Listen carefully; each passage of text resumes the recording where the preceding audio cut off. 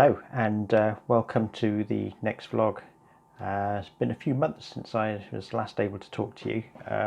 As with everything, we've not been able to move on with life, not been able to see the boat for 3 weeks, and it looks like we're not going to be able to see it for another 3 weeks. So it's really difficult to come up with stuff to do. Very frustrating because loads of things to do on the boat but can't get to it.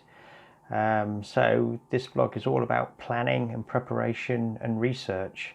Now I look at a lot of other blogs, as most people do, just to get hints and tips about how other people do things and what they've learnt. Try to pinch bits off their for their ideas. So I'll try to acknowledge people as I go through this, just to let you know who I've obtained the information from.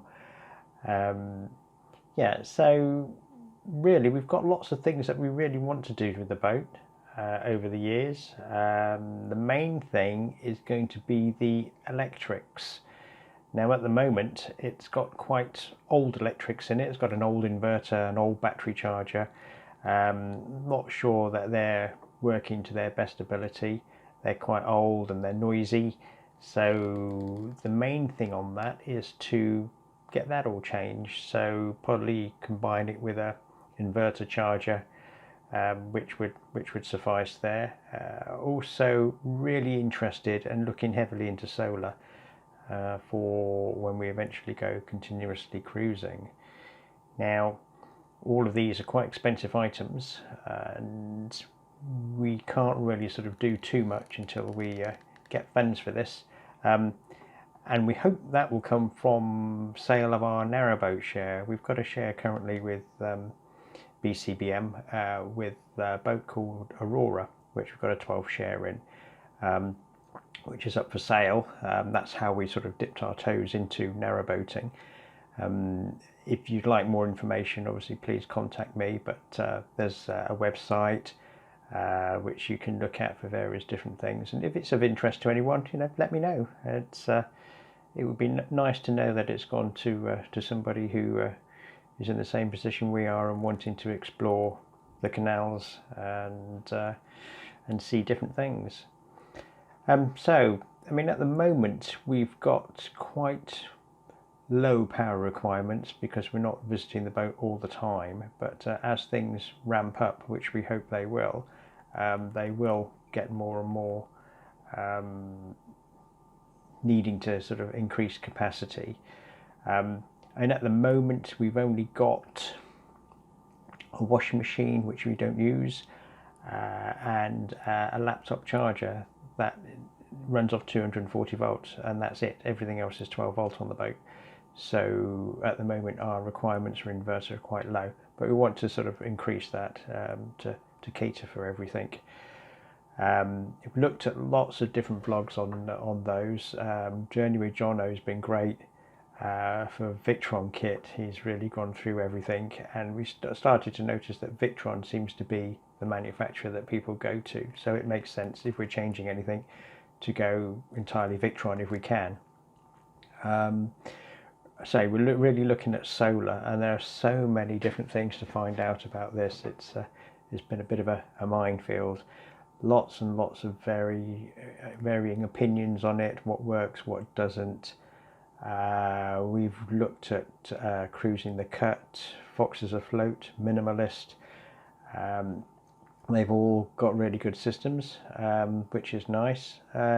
We came across one, Never Enough Cruising, and really like that setup because it's got a great bracket for the solar panels. I'll put links below, and so you can see what we're sort of talking about on that. But it seems to offer more flexibility and options really. So that's probably what we'll sort of do, go down that route for that. Also, I need to probably replace the batteries, as we've had the boat since September 2019. No idea when the batteries were last changed. They all seem to be okay at the moment, but it's something I need to keep in the back of my head. We need to change those. So thanks to Welldeck Diaries and floating our boats there, we'll probably go with the Hankook batteries that they use, and Welldeck Diaries done a great video on battery cables, so we'll probably look to do something similar to that as well, which is lovely. So thank you very much for that. That's answered an awful lot of queries. Thank you. With regards to toilets, so I have to talk about toilets because obviously this is a narrowboat video, and you have to talk about that. We've got a pump out at the moment. Takes up a lot of room and is very noisy. I mean, fortunately it works, so that's a saving grace there. But we're looking to sort of free up more room, have something that's less complicated, less room for failure, that sort of thing. Looking to simplify the toilet. Not keen on cassettes, as wife and I are not really keen on emptying into Elsan, so we avoided those. So really, compost toilets is going to be the way we go with that. So thank you again for cruising the cut, minimalist narrowboat experience, and Foxes Afloat for all the research that you've done in the past on these. Fascinating, actually. Who just thought toilets were fascinating? So yeah, we looked at Nature's Head, Airhead, as well as the new kid on the block, the Compost toilet, which Foxes Afloat have got.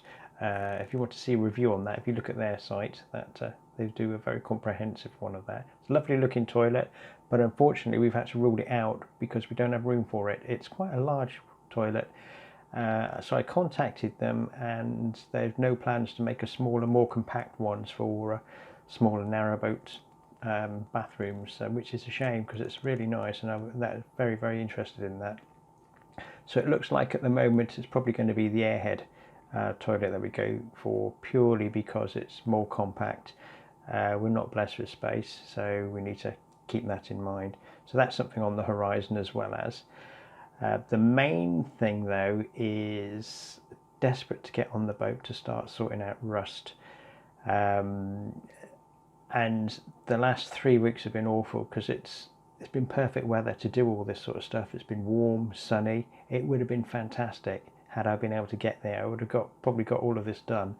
But I want to de-rust the rear lockers, the engine bay, the gas locker, bow thrust chamber, all those sort of things, and get them all painted. Thanks to Cruising the Cut, who's done something similar. I mean, he took his engine out, so that's probably, I won't go to that extent, I don't think. And Lorna, London Boat Girl, she did a really good video recently on her engine bay that she did. And if you've not seen it, you must see that. Yeah, if you've not seen London Boat Girls or London Boat Girls video, you need to look at that on her engine bay, as she did a great tip with swimming hat, which is very good to use. Looking at all the mess that you have with that.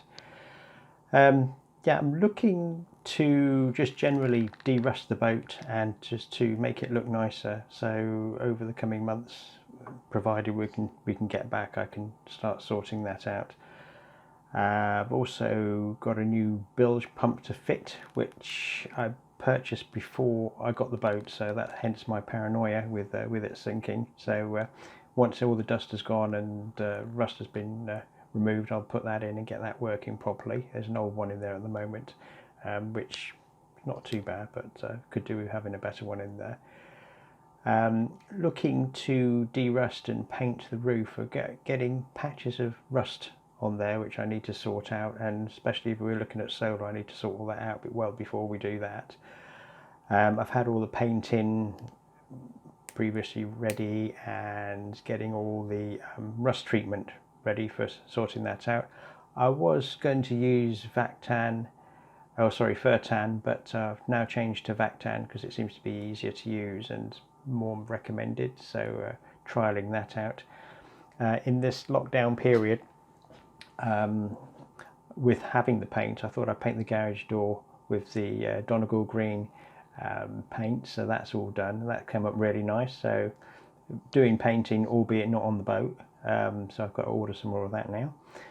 Looks really nice. It's sort of like a British racing green colour, so that will look good.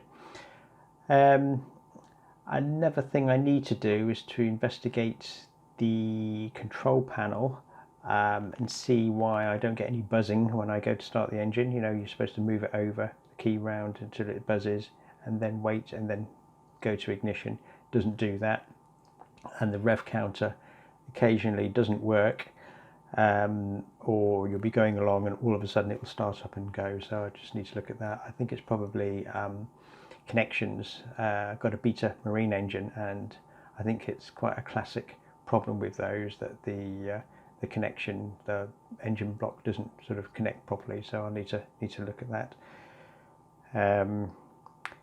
We've got a radiator in the bathroom I need to do something about. It looks unsightly at the moment. It's just covered with a towel, but I need to see whether I can clean or replace that, which will be good.